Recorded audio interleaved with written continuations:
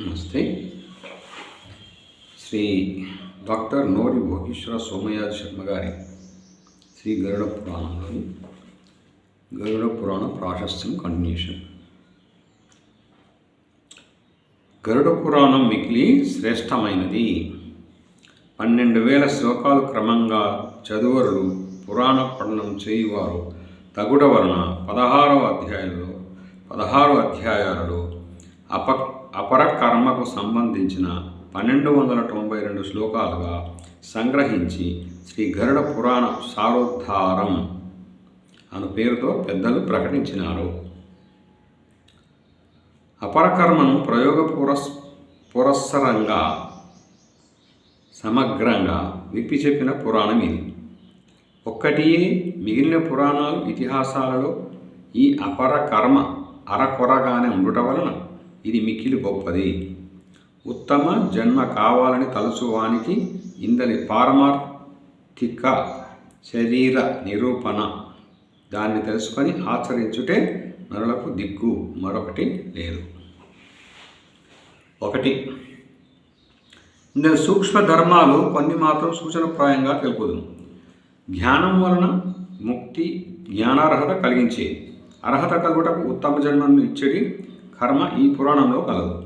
హరివంశ కథను విని గాని, శతచండిని ఆరాధించి గాని, భక్తితో శివుని ఆరాధించి గాని పుత్రుని పొందవలను. ఈశ్వరానుగ్రహం వలన కలిగిన పుత్రుడే మనను తరింపచేయగలవాడను. 2. నిత్యం వైశ్వదేవం చేయాలి. అభక్ష్య భక్షణం మానాలి. దానం లేకపోవటం వలన దరిద్రుడవట వలన పాపాలు చేయను. పాపాల వలన నరకాన్ని పొందుతాడు. దరిద్రుడే పాపాత్ముడే దరిద్రుడవు. హరినామానికి గల శక్తి అనంతము. అది పాపాలను పోగొట్టుతుంది. చూడక అగ్ని తాకిన, అగ్ని కాల్చివేసినట్లే హరినామము తెలియజేసిన పాపాన్ని పోగొడుతుంది. అంతకారము గృహస్థులు అన్నం అతిథుల కొరకు మాత్రమే వండవలను. తన కొరకు తాను వండుకొనరాదు. వండిన అన్నపు ముద్దను ఒక కబలాన్ని భిక్ష అందురు. 4 కబలాలను ఒక పుష్కలము అందురు. 16 కబలాలను అంతకారము అందురు. కబలమనగా ముద్ద. ఇటు అతిథులకు పెట్టక తిన్నచో వాడు నరకాన్ని పొందును.